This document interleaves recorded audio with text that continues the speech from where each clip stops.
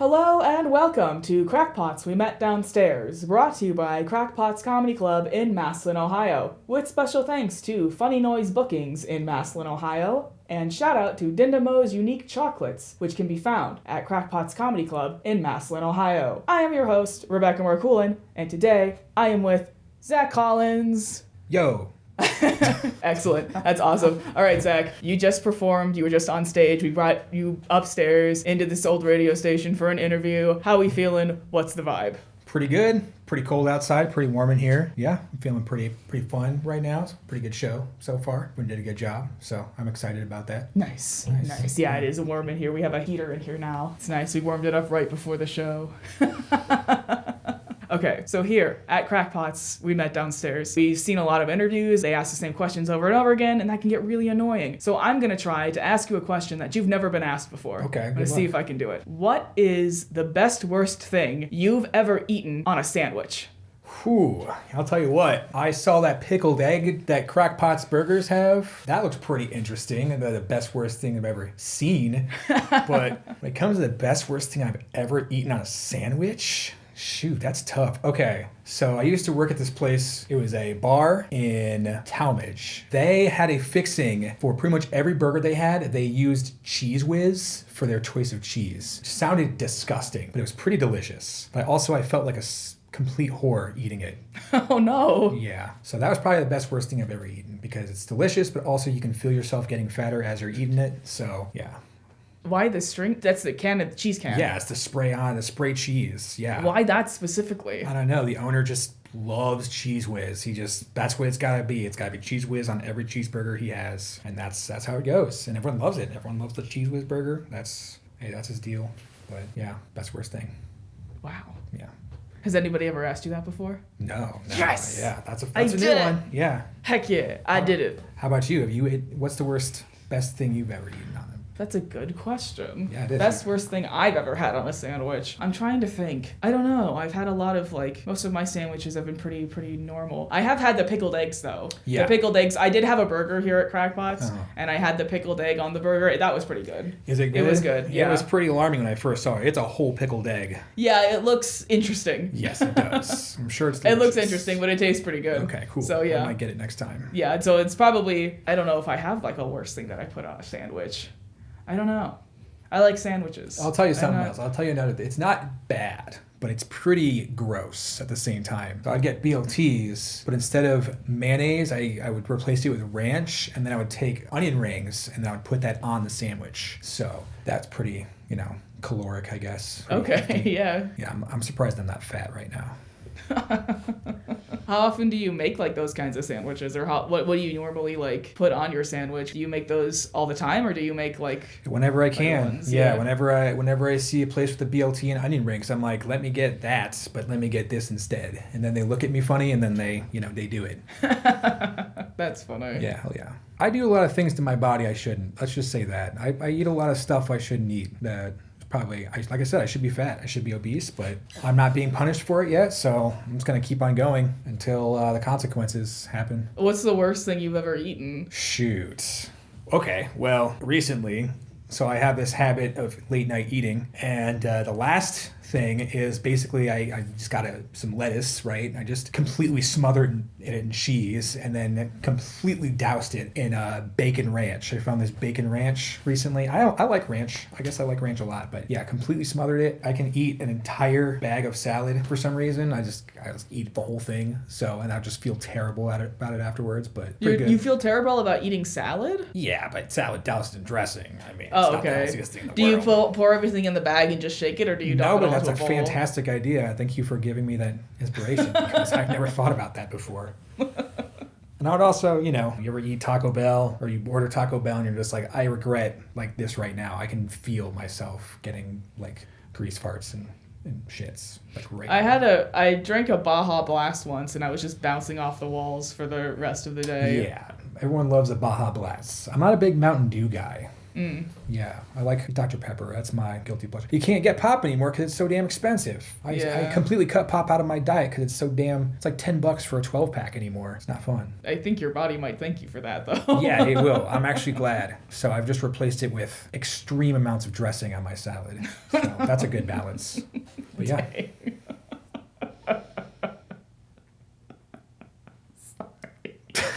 I'm sorry, that's just too funny. You can't get your Dr. Pepper, so you're just dousing lettuce. Yeah, that's what I replaced it with. Bacon I'm going to punish my body somehow.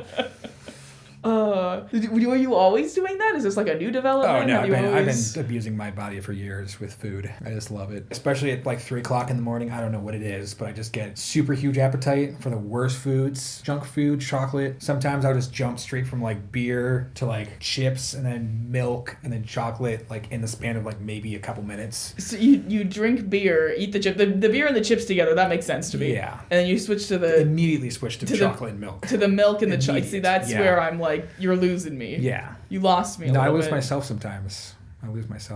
Yeah. And then I think about it, I'm like, wow, I'm really doing this. This is probably absolutely disgusting. But sometimes it, bites me in the ass, but not every time. Not every time? Yeah. So what's like the ratio? Have you noticed it getting any worse as you get older, or has it been pretty consistent thus far? No, I've gotten worse. I've definitely, I stopped drinking at home, which is probably the best decision I made, but I'd replace it with like juice or something, juice then milk. I love chocolate. I just love chocolate and milk. That's my jam. So I get that. I also love chocolate. Yeah, chocolate. that's the best. I made a mistake of buying. I usually try to get one type of junk food at a time, but I made a mistake of getting both donuts and chocolate. I swear, I'm not fat, but I sound fat right now.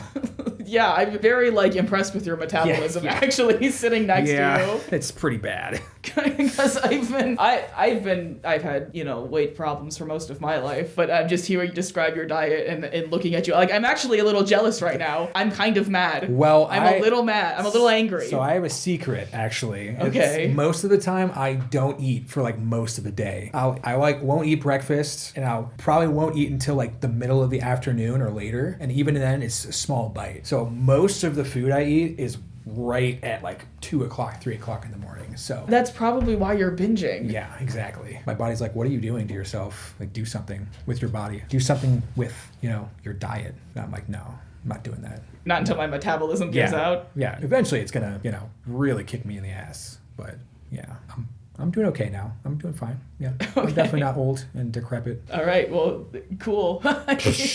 Sorry, I'm just processing the intermittent fasting that's going on right now. I get hangry way too quickly to be doing what you do. Oh yeah. That's wow. I'm actually kind of impressed. don't be. A little impressive. Don't be. I feel like such a just slob afterwards. Especially if you go to Taco Bell and you're ordering your freaking tacos and your Mexican pizza and you're like, what am I doing to myself? How are those levels? I can't tell how those levels are. They're okay. Okay. So when they get kind of back here, you see that's kind of spiking. That's peaking, so that's not too great. But it'll be okay once I mix everything. Okay, yeah, gotcha. So it'll be all right. Yeah. Zach is watching the waveform. I have a lot of people who come in when I'm interviewing. You're not the first person to be like, oh, look at the waves. Yeah, look at the audio. I'm not 100% sure how much this mic's picking me up. So I'm usually louder than the guests. I've messed with the levels trying to get it even, but my voice is just, I don't know what it is, or if it's just I'm projecting and I don't mean to project, or if I'm just a loud person. Yeah, you have a good projected a broadcaster voice. So, oh, thank you. Yeah, for sure. So I do musical comedy. Yeah, I was like, we have to. Segue I was there. Gonna ask you. Yeah. I just finished up a recording of my song, which is about how shower sex sucks. So, which I think people can agree with. So, trying to get that going here soon. Probably get it on Spotify or something like that. I don't know. Yeah. Mm-hmm. You performed it on stage, part of it. Yeah, part of it. Do you do a full songs? Do you only perform clips of songs? Do you write the full songs? I'll do both. Okay. Yeah. So, for instance, I'll do joke covers. Mm-hmm.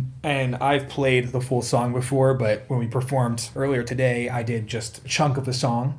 Because, you can tend to lose your audience after a certain amount of time playing the same thing. So I tend to keep it pretty close to the chest within like a certain time frame, and then I move on. And I like to jump out of my song and then talk about some stuff, or like prime the next song. One of my songs is about doing cocaine, so it's snowing out, so I jump out and be like, oh, it's snowing out, I love snow, but not that kind of stuff like that. So That's funny. yeah, it's a good time. People enjoy it. That's what matters. Yeah.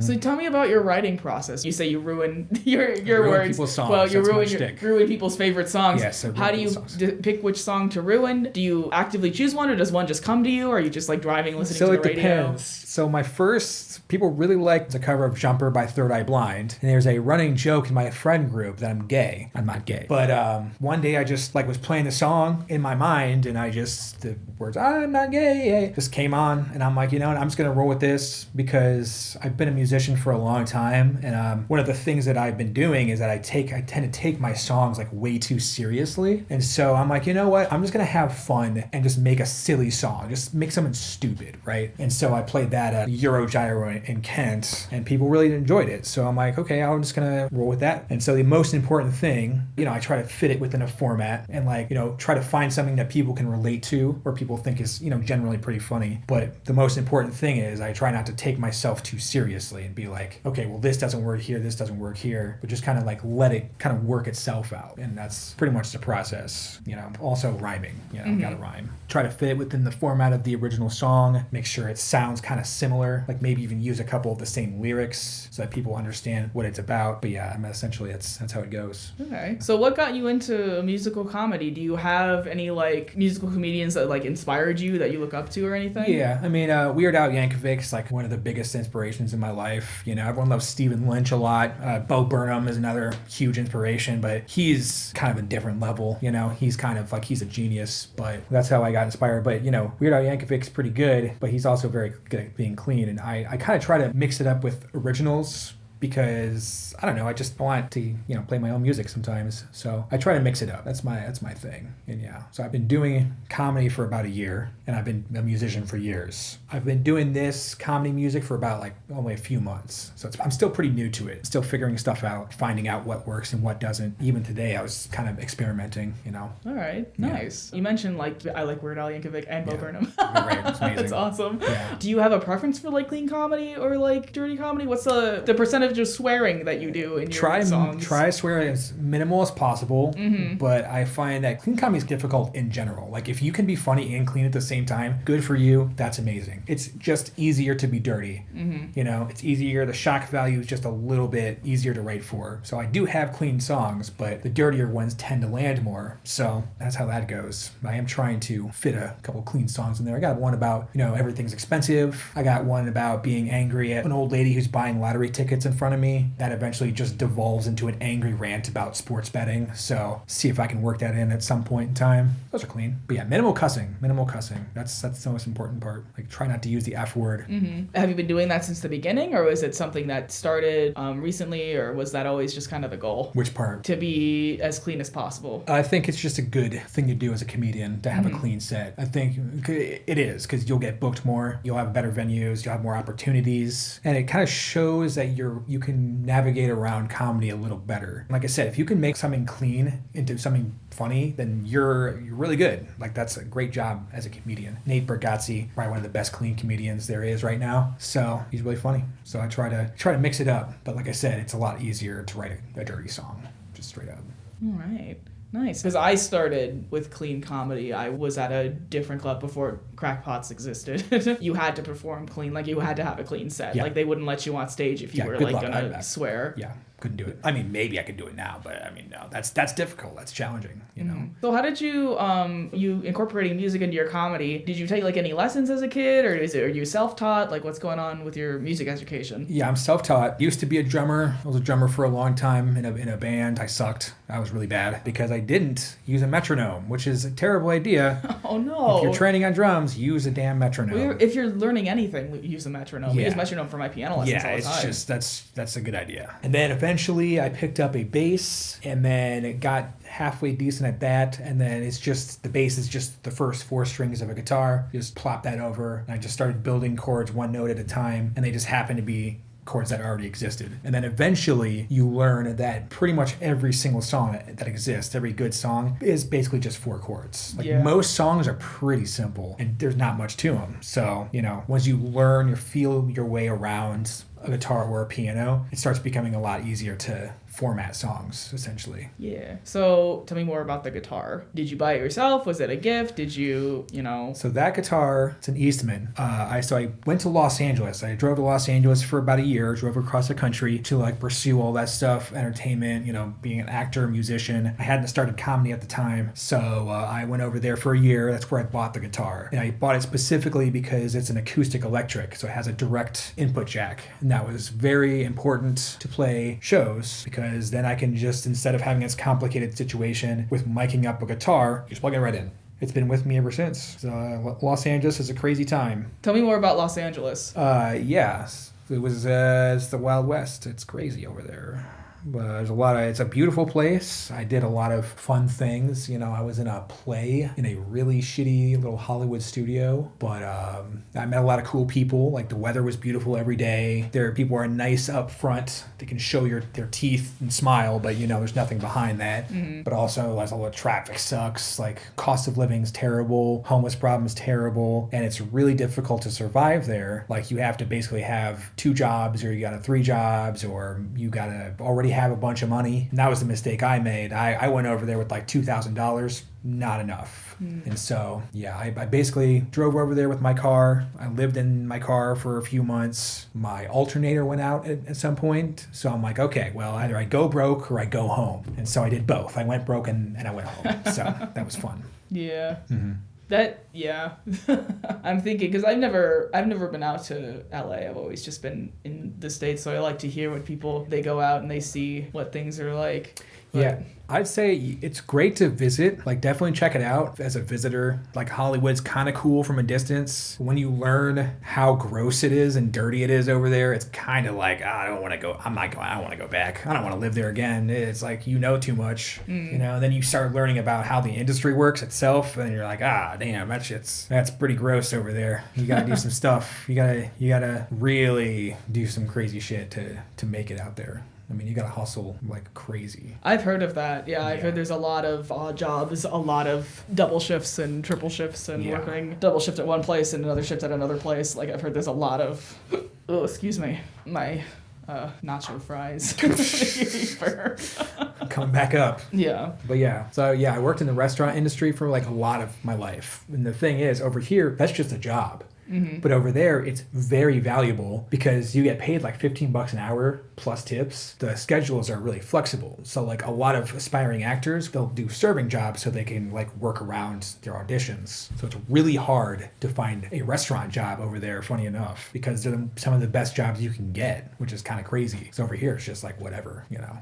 That's interesting. Yeah. I know a lot of actors will work like as like wait staff to like kind of help make ends meet. Mm-hmm. I didn't know it was that like lucrative. Oh yeah. There are some people over there, they can make 6 figures from working at a restaurant. It's pretty insane. You got to do a little bit more. You have to be like Serve Safe certified. If you're a bartender, you have to have like a tips license. So that's basically, a tips is when you get taught how to identify whether someone has drank too much and they can't be served more. So they're a little more serious about that. But yeah, I mean, it's so competitive that it's like impossible. You got to know somebody, essentially. Wow. Yeah. Interesting. I didn't know that. Mm-hmm. Well, I knew having a network is very important over there. It's like the most important thing. Yeah. 6 figures working in a restaurant. Nice restaurants, but nice. Still. Yeah, fancy restaurant, but still a restaurant. Yeah. Wow. It was a fun experience. I learned a lot, but don't know if I want to go back. Yeah, I get that. I hear that. Yeah. You're back here. I'm glad that you're here. Mm-hmm. I'm glad you came back. Yeah, thanks, because it was a little rough. Yeah, so why don't you tell me, now that you're back here, like, what are some goals that you have? What are some things that you want to plug? What's going on with you? So, yeah, right. So I moved back like in 2017 or so. So I've been back for like quite a few years. And like I said, I haven't been doing comedy for very long. Right now, my goal is just to get like some paid gigs. That's it. Just to get some stage time that's my own, not an open mic, not a showcase. I appreciate that we have so many opportunities to like exercise and like get our reps in. But that's my next situation, and not just as a comedian, but as a musician, try to get booked at like music venues as well. So just even, like I said, not even paid, just honestly, just not as an open mic or like one person in a showcase of like 10 people, right? Like 15, 30 minutes or something like that is nice. Awesome. Well, thank you so much for coming, Zach. I'm going to shake your hand if that's cool. You can't see it because it's just audio, but we're shaking hands. So that about wraps up this episode of Krackpots We Met Downstairs. Like I said, Zach was performed tonight. I went on stage tonight. If you guys are here, you're listening to the podcast, and you've never been to Krackpots, what are you doing? Come to a live show. You can find our schedule at krackpotscomedy.com. Take a look at it, see what strikes your fancy. If you come in for a Friday or Saturday show, tell them Rebecca sent you, and you'll get $5 off your check. And while you are here at Krackpots Comedy Club, you can check out Dinda Mo's Unique Chocolates. She's got her own little kiosk right near the front of the club. You'll find it. It's there. And while you are here, you can also order Pigs in Mud, which is from Dinda Mo's Unique Chocolates. It's like a little piggy shaped like a brownie, and it's coated in chocolate, and it's covered in chocolate syrup. It's so good, you guys. I've had it. I cannot stop singing its praises. It's so good. You should order it. Oh, you can't get it anywhere else. Order it here at Krackpots Comedy Club. Also, I think we mentioned it earlier. We're recording this podcast right above Krackpots. We have an old like radio station that we're kind of like revamping and bringing back to life. We have one room in here that's for the podcasting, but we have other rooms that are currently, there's not much going on in there right now. So maybe if you have a podcast that you want to record, or maybe you got something to film, reach out to funnynoisebookings@gmail.com for like rates and like see if you can rent a room for a couple of hours and like do what you need to do. Yep. This has been Krackpots We Met Downstairs. I am your host, Rebecca Marcoulin. Zach was here. Zach, where can they find you? Places. You'll see him around. See him around. I don't know. Do you have like an Instagram or anything? Yeah. Collins.comedy is the Instagram. Still getting that going. I'm gonna probably have a Spotify set up here soon, so look out for that. Alrighty. That about wraps it up. This is the end of the episode. It's the outro. Bye.